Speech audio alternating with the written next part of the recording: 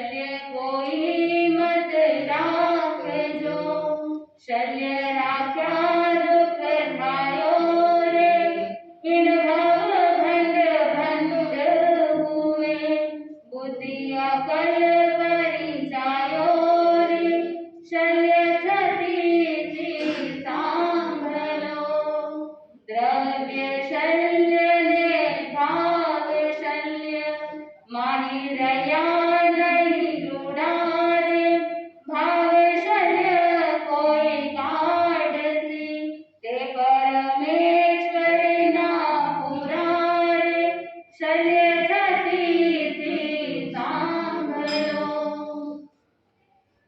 राग देश के विजेता मोक्ष मार्ग के प्रतिपादक चरण तीर्थंकर श्रमण भगवान महावीर स्वामी के चरणों में कोटि कोटि वंदन करते हुए एक भगवतारी चर्चा चक्रवर्ती भीष्म प्रतिज्ञाधारी अखंड बाल ब्रह्मचारी आचार्य सम्राट पूज्य श्री जयमल जी महाराज साहब के चरणों में कोटि कोटि वंदन करते हुए उन्हीं के 11वें पटेधर आचार्य सम्राट पूज्य श्री शुभचंद्र जी महाराज साहब के चरणों में कोटि कोटि वंदन। जय गच्छाधिपति व्याख्यान वाचस्पति उग्र विहारी वचन सिद्ध साधक 12वें पटेधर आचार्य प्रवश्री पार्षद जी महाराज साहब मेरे नंदासा के आयाम हम जीवन उद्धारक परम पूज्य गुरुदेव डॉक्टर श्री पदम चंद्र जी महाराज साहब के चरणों में कोटि कोटि वंदन करते हुए सभी गुरु भगवंतों के चरणों में वंदन करते गुरुदेव श्री क्या कैसे आत्मबंधु एक भगवतारी चर्चा चक्रवर्ती भीष्म प्रतिज्ञाधारी जो आशु कवि 50 वर्ष तक जिन्होंने आड़ा आसन नहीं किया, हर पल हर क्षण अभ्रमत अवस्था में रहने वाले, जब तक ज्ञान ध्यान धर्म आराधना साधना के अंदर आगम अध्ययन के अंदर आगम स्वाध्याय के अंदर तल्लीन रहने वाले ऐसे उच्च कोटि के साधक जो निरंतर आत्मा के साथ रह करके आगम का इतना गहन अध्ययन कि जहां पर आगम के गुणार्थों को जन तक पहुंचाने के लिए जन भाषा के अंदर रचनाओं की स्फूर्ति की। आत्मबंधु ये रचनाओं की स्फुरना हर एक साधक के लिए कल्याणकारी है कि जहां पर आप बड़ी साधु वंदना के माध्यम से अनंत अनंत चरित्रात्माओं को वंदन करते हैं जो त्रिकाल जयी रचना है और उसी के कड़ी के अंतर्गत आचार्य सम्राट पूज्य श्री जयमल जी महाराज साहब ने अपने जीवन काल में 250 से अधिक रचनाओं का प्रादुर्भाव किया और जैन समाज के लिए ज्ञान वर्धक एक असित दे दी, एक धरोहर दे दी साहित्य के रूप में। और उसी में एक रचना है शल्य छत्तीसी जो आपने अभी सुना, शल्य छत्तीसी सांभलो। आचार्य सम्राट पूज्य श्री जयमल जी महाराज साहब कह रहे हैं कि ऐसे ऐसे जीव जिन्होंने अपनी आत्मा के भीतर शल्य रख लिया। कल भी हम आपको बता रहे थे कि शल्य 3 प्रकार के माया निदान और मिथ्या दर्शन शल्य, ये 3 प्रकार के ऐसे भाव शल्य है। जयमल जी महाराज साहब यही कह रहे हैं कि द्रव्य शल्य तो किसी भी तरह से निकल सकता है, लेकिन जब तक भाव शल्य आत्मा से निकलेगा नहीं तब तक ये जीव दुर्गति के अंदर गमन करता ही रहता है। और प्रभु महावीर स्वामी की इस जिनवाणी के माध्यम से भगवान ने धर्म का मार्ग बताया, मोक्ष का मार्ग बताया और दुर्गति के गमन से हमको मुक्त होने के लिए बचने के लिए प्रेरणा देती, मार्ग बताया कि कैसे हम दुर्गति के गमन से बच सकते हैं, क्या करें जिसके माध्यम से हम इस दुर्गति के अंदर जो पीड़ा देखते हैं और इस दुर्गति के अंदर बार बार ये जीव भ्रमण करता है, कभी नरक गति के अंदर तो कभी तिर्यंस गति के अंदर दुख भोगता है और कभी कभी तो ये जीव मनुष्य गति को प्राप्त करने के बाद भी इतनी वेदना इतना दुख दर्द सहन करता है। किस रूप में?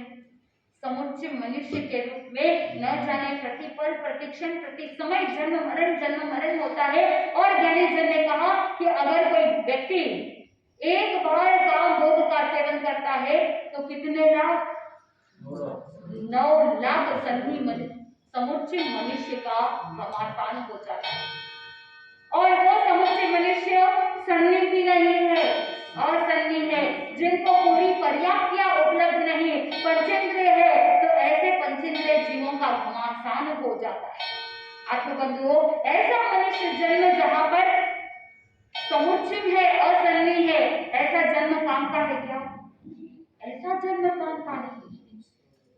और 56 अंतर्द्वीपज मनुष्य होते हैं जो एकांत मिथ्या दृष्टि होते हैं, मिथ्यात्व रूपी शल्य के अंदर डूबे हुए हैं, ऐसा मनुष्य जन्म भी कोई काम का नहीं है। वैसे मूल रूप से देखा जाए तो मनुष्य के 101 भेद बताए जाते हैं, उनमें से 56 अंतर्द्वीपज है और 30 अकर्म भूमिज है। अकर्म भूमि शब्द के अंदर ही अर्थ छुपा हुआ है। अकर्म यानी कर्म करने की कोई जरूरत नहीं है।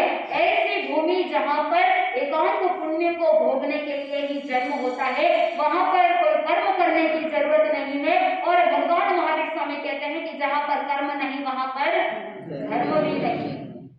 कर्म भूमि हो तो धर्म भूमि भी हो सकती है, लेकिन जहां पर कर्म भी नहीं करते, ऐसा योगलिक का टाइम पीरियड जहां पर कल्प वृक्ष होते हैं, कल्प वृक्ष के सामने खड़े होकर के अगर मनोवांछा सामने प्रकट कर देवे, ज्ञानी जन बताते हैं कि उस तीसरे आरे के अंदर 10 प्रकार के कल्प वृक्ष, भोजन चाहिए तो भोजन देने वाले कल्प वृक्ष के सामने खड़े होकर के मनोवांछा वहां पर प्रकट कर दे कि मुझे क्या चाहिए।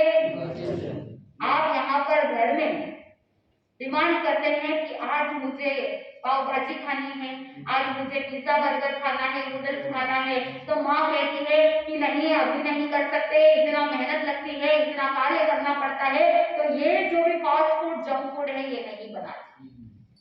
माँ बार बार बच्चे को कहती है कि बेटा हेल्दी खाना खा लो, लेकिन फिर भी बच्चे को किस में रस आता है? अरे बोल तो दीजिए। बच्चे तो क्या, बड़ों को भी फास्ट फूड में बड़ा आनंद आता है।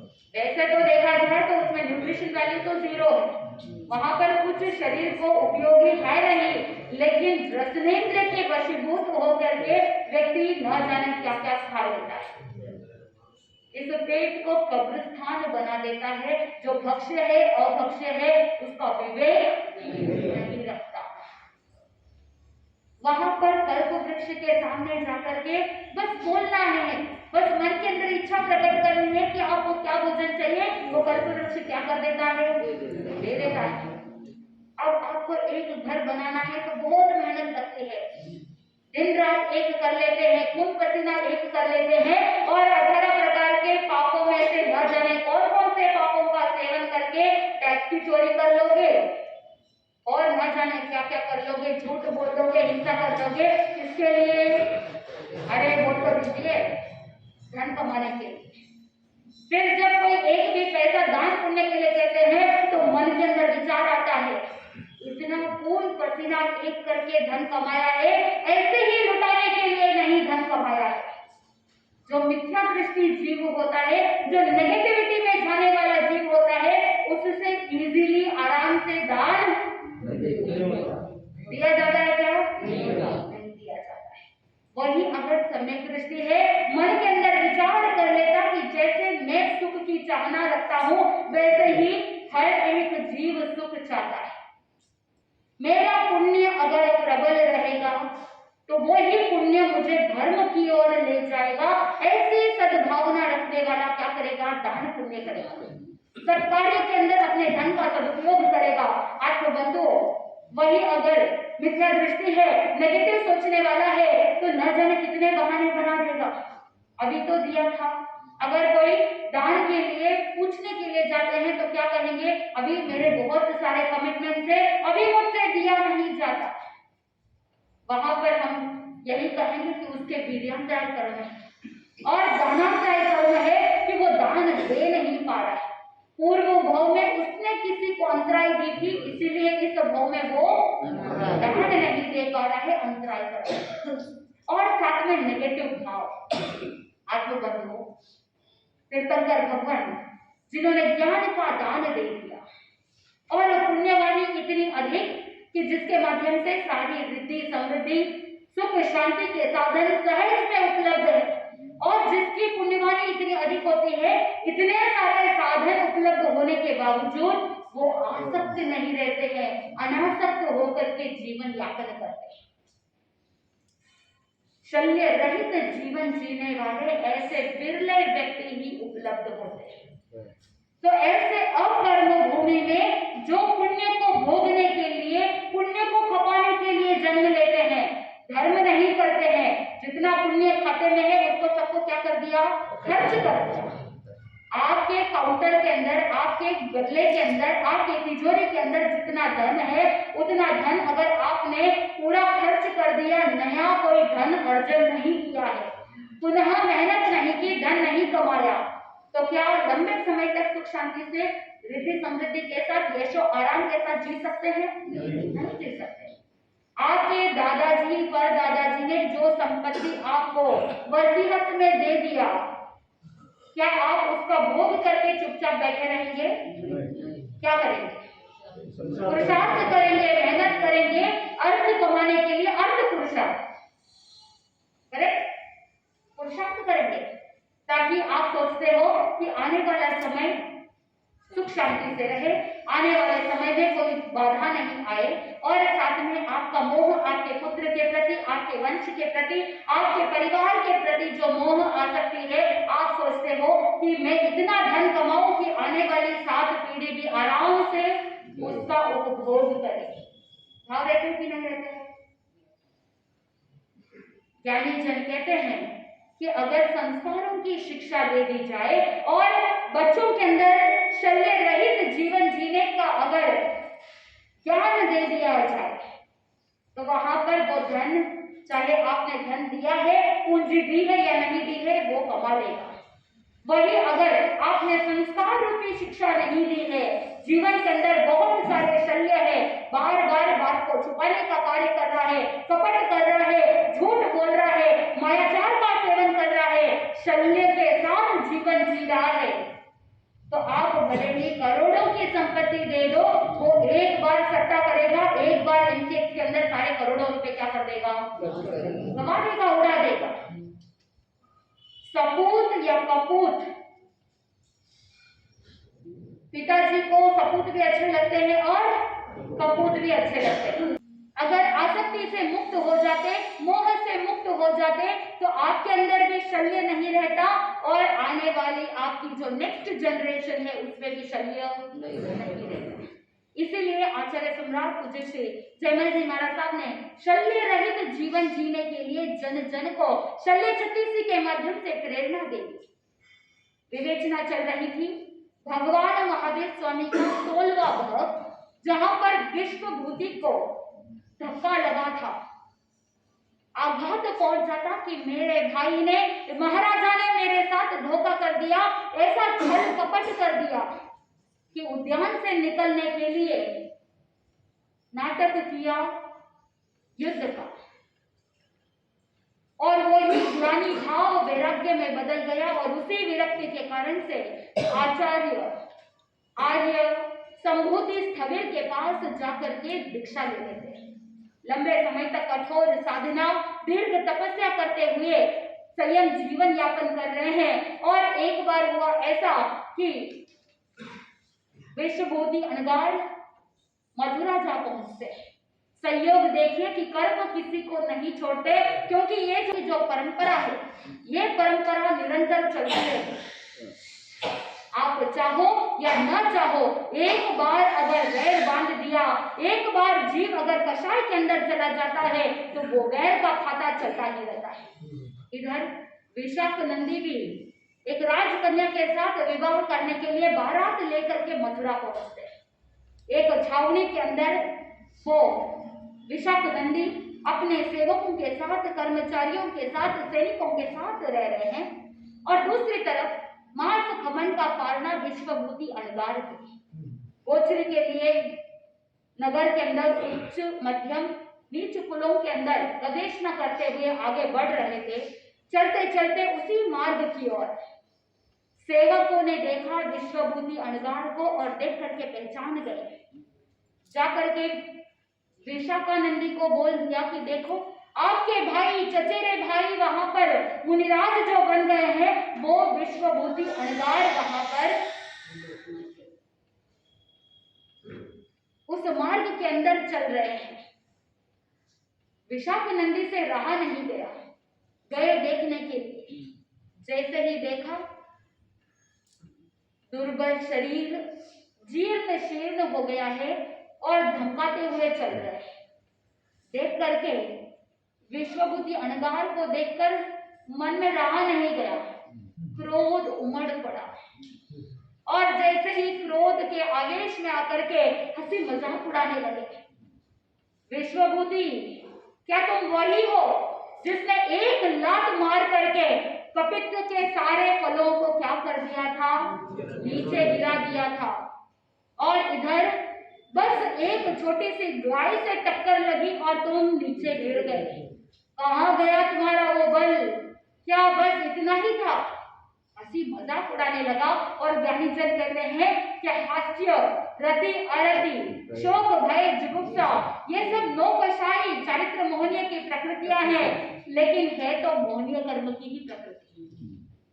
हास्य के कारण से भी कर्म उदय के अंदर आते हैं। मोहनीय कर्म एक ऐसा कर्म है जो चक्र के जैसा चलता है। हंसी मजाक की, जिसके कारण से पहले विशाखानंदी को, विश्वभूति को देख करके क्रोध आया, यानी मोहनीय कर्म उदय के अंदर आया।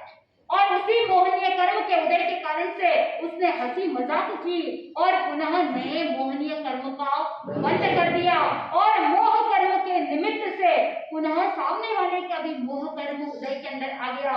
यानी विश्वभूति अणगार के भीतर से भी जो क्रोध उपशमित हुआ था, जो क्रोध दबा हुआ था, वो भी क्या हो गया? ऊपर उभर करके आ गया। अब विश्वभूति जो मुनि बन गए, बहुत सारी लब्धियां प्राप्त की। क्रोध के आवेश में आकर के वो विश्वभूति कहते हैं कि जिस तरह से कोई घायल सिंह होता है, कोई घायल सिंह उस शृगाल से भी कमजोर दुर्बल होते हैं या गए गुजरे होते हैं क्या? भले ही मैं अब क्या हो गया हूँ, कमजोर हो गया हूँ, लेकिन सिंह तो क्या रहेगा? सिंह ही रहेगा। सिंह कभी शृगाल नहीं बन सकता। आया गुस्सा और कहने लगे कि मेरे क्षमा भाव और मेरी तपस्या को तुम दुर्बलता का नाम मत दो। मैं मुनि बन गया, मैंने तुम्हें माफ कर दिया, मैंने तुम्हें क्षमा कर दिया, लेकिन फिर भी तुम क्या कर रहे हो? मेरी हंसी मजाक कर रहे हो, मेरी मजाक उड़ा रहे हो। क्या ये सही है? क्रोध में आकर के तुम मुझे दुर्बलता का नाम मत दो। आया गुस्सा और जो गाय का बछड़ा था, उस बछड़े को दोनों सींग से उठाया और जोर से चक्र के समान आकाश के अंदर उछाला और जोर से फेंक दिया, उछाल दिया। जैसे ही क्रोध के आवेग में आकर के विश्वभूति अणगार ने निदान कर लिया और क्रोध के आवेश में आकर के कहने लगे कि मेरे तपस्या का, मेरे संयम का, मेरे ब्रह्मचर्य का अगर फल मिले तो मैं अपरिमित बल वाला बनूं। आत्मबंधु कर लिया निदान। निदान भी एक शल्य है। निदान किसे कहना? निदान का मतलब होता है छेदन करना। निदान का मतलब होता है काटना, जिससे ज्ञान, दर्शन और चारित्र का छेदन हो, विदारण हो। जिस क्रिया के माध्यम से ज्ञान, दर्शन, चारित्र में दोष लगता हो और भंग हो जाता हो, उसे क्या कहा? निदान कह दिया।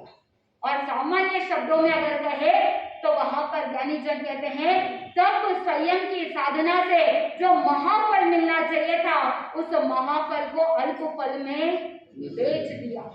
यानी करोड़ों के मूल्य का जो हीरा होता है, उसे कौड़ी में क्या कर दिया? बेच दिया। तब संयम की साधना का सौदा कर लिया, डील कर ली। मोक्ष रूपी सुख मिलने वाला था, लेकिन उसको क्या कर दिया? कौड़ियों में बेच दिया। कह दिया कि अगर मेरे तपस्या, संयम और ब्रह्मचर्य का फल मिले तो मैं क्या बनूं? बलशाली बनूं। निदान कर लिया। ज्ञानी जन कहते हैं कि चाहे कुछ भी कर लो, लेकिन धर्म, आराधना, साधना जो करते हैं उसके फल को कभी निदान करके कौड़ियों में नहीं बेचना। दशाश्रुत स्कंद सूत्र के अंदर 10वीं दशा में निदान का वर्णन मिलता है कि किस तरह से साधक निदान कर लेता है।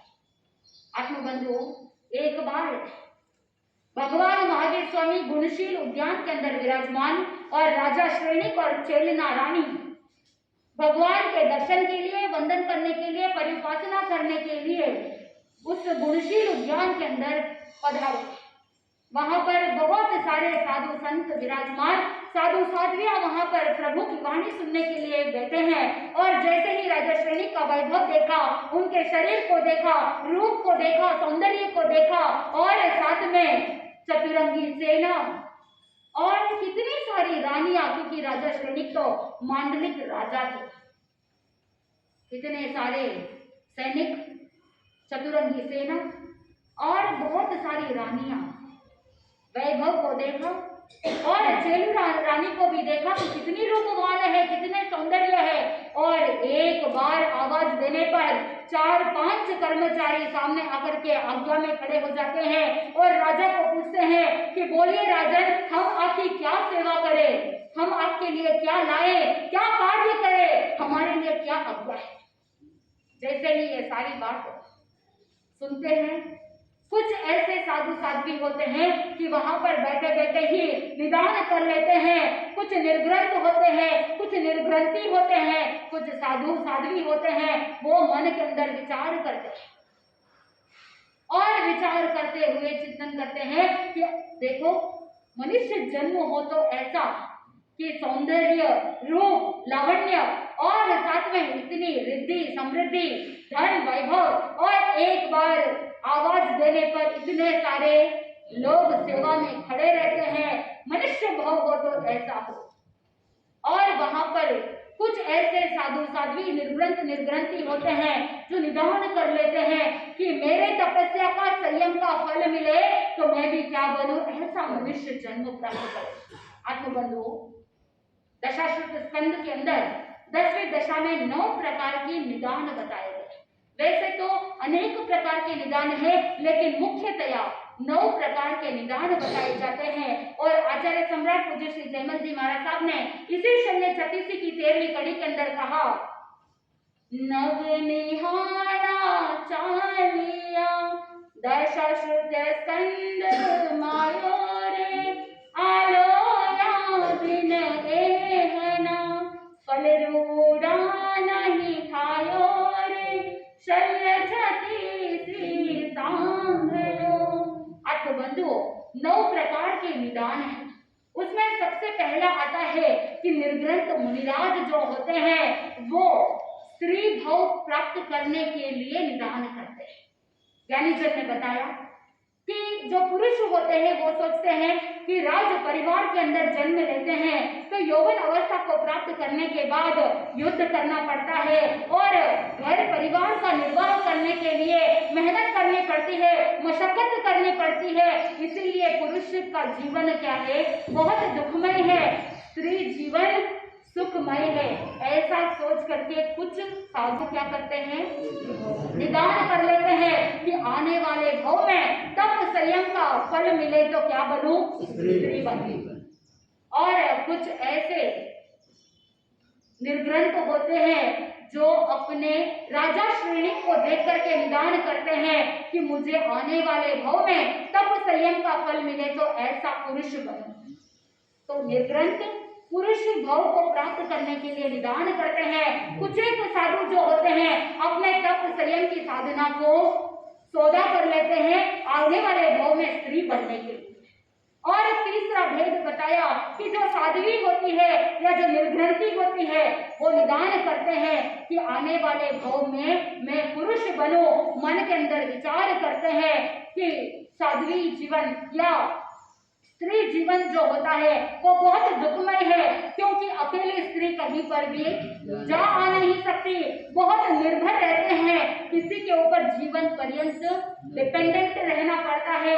बचपन में पिता के ऊपर आश्रित रहना पड़ता है, जवानी में पिता पति के आश्रित, और जब बड़े हो जाते हैं बुढ़ापे में पुत्र के अधीन रहना पड़ता है। जीवन पर्यंत किसी ना किसी के ऊपर निर्भर रहना पड़ता है, पराधीन जीवन जीना पड़ता है। इसीलिए स्त्री जीवन बहुत दुखमय है। तो मुझे कौन सा जन्म मिले? पुरुष जन्म मिले।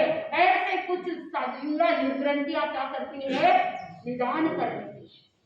और कुछ साध्वी, कुछ निर्ग्रंथि ऐसे होते हैं जो मन के अंदर विचार करते हैं कि जैसे द्रौपदी ने देखा, द्रौपदी का पूर्व भाव जब हम देखते हैं तो सुकुमालिका के भाव के अंदर वो अकेली, वैसे तो कहा जाता है कि अकेली साध्वी को जिनकल्पी के रूप में साधना प्रतिमा धारण नहीं कर सकती, लेकिन वो सुकुमालिका अपने पूर्व भाव के अंदर वो क्या करती है? अपने जो गुरुनी जी होते हैं उनसे आज्ञा नहीं मिलने के बावजूद वो जंगल के अंदर एकांत में जाकर के साधना करने के लिए तत्पर बनती है। और उसी उद्यान के अंदर एक बार उसने देखा कि एक स्त्री के साथ 5 पुरुष क्या कर रहे हैं? काम भोग का सेवन कर रहे हैं। तो उस समय उसके भाव विचलित हो जाते हैं और उसी समय सुकुमालिका आर्या निदान कर लेती है कि अगर मेरे तप संयम का फल मिले तो मैं भी क्या बनूं? 5 पतियों की पांचाली बनूं। और वहां से वो निदान करने के कारण से आगे चल करके क्या बनी? द्रौपदी। आत्मबंधुओं, ज्ञाता धर्म कथा सूत्र के अंदर बहुत विस्तार से इसका वर्णन है। कहने का आशय कि वहां पर उसने क्या किया? पुनः निदान किया कि मेरा तप संयम का फल मिले तो आने वाले भव में स्त्री बने।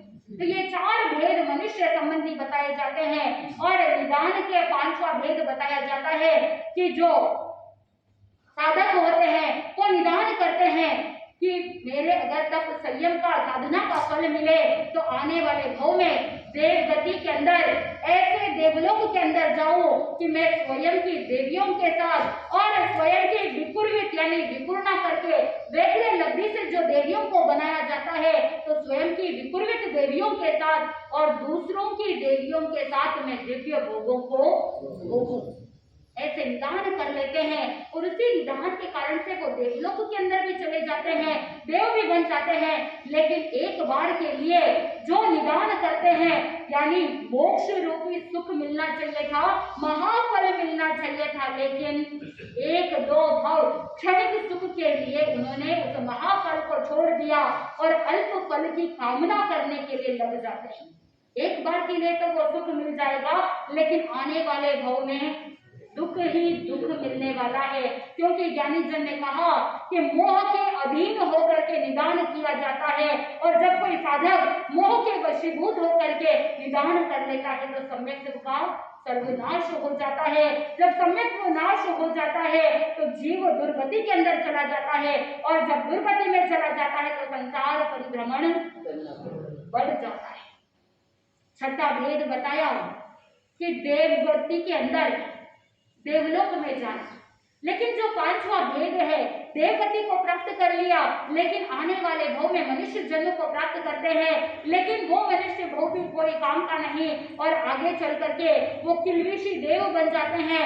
फिर आगे चल करके मनुष्य जन्म को प्राप्त करने के बाद नरक गति के अंदर चले जाते हैं। आत्मबंधुओं, ऐसा निदान कोई काम का नहीं, क्योंकि कहाँ भेज रहा है? नरक गति में भेज रहा है। नरक गति के अंदर दारुण कर्ण क्रंदन जैसा भयंकर दुख वेदना नरक गति के अंदर सहन करना पड़ता है। और 6ठे भेद के अंदर बताया देवलोक के स्वयं की देवियों के साथ और स्वयं के विकुर्वित देवियों के साथ दिव्य भोगों को भोगना। एक बार के लिए तो देवगति प्राप्त हो जाती है, लेकिन वहां से चल करके पुनः मनुष्य जन्म तो प्राप्त होगा, लेकिन वहां तापस सन्यासी बन जाते हैं, मित्रत्व बन जाते हैं और वहां से वापस असुर कुमार आदि किलविशी देव बन जाते हैं, नीच जाति के देव बनते हैं। और वहां से पुनः मनुष्य जन्म तो प्राप्त किया, लेकिन भेड़ बकरी के जैसे मूक रहना पड़ेगा। वहां पर बोलने के लिए कोई चांस नहीं। ऐसा निदान कोई काम का नहीं। 7वां भेद बताया कि देवगति के अंदर जाऊं और देवलोक के अंदर स्वयं की देवियों के साथ दिव्य भोगों को भोगूं। यहाँ पर क्रमशः डिफरेंस नजर आ रहा है।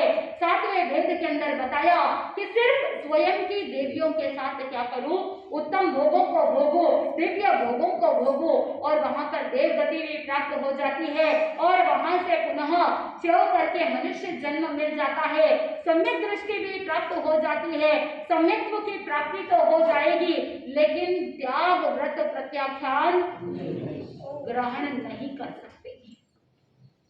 और 8वें भेद के अंदर बताया कि ऐसे कुछ जीव होते हैं, निदान करते हैं कि मेरे तपस्या का, संयम का या ब्रह्मचर्य का कोई फल मिले तो मैं आने वाले भाव में मनुष्य जन्म को प्राप्त करूं और श्रावक बनूं। तो उस निदान के कारण से 12 व्रतधारी श्रावक भी बन जाएगा, लेकिन संयम अंगीकार नहीं कर सकते। आत्मबंधुओं, गति रुक गई।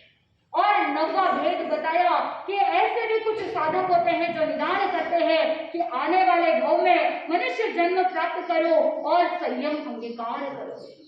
साधु बनने के लिए भी निदान कर लेते हैं, अपने तपस्या से मोक्ष मिलने वाला था, लेकिन क्या कर दिया, दूर कर दिया मोक्ष को।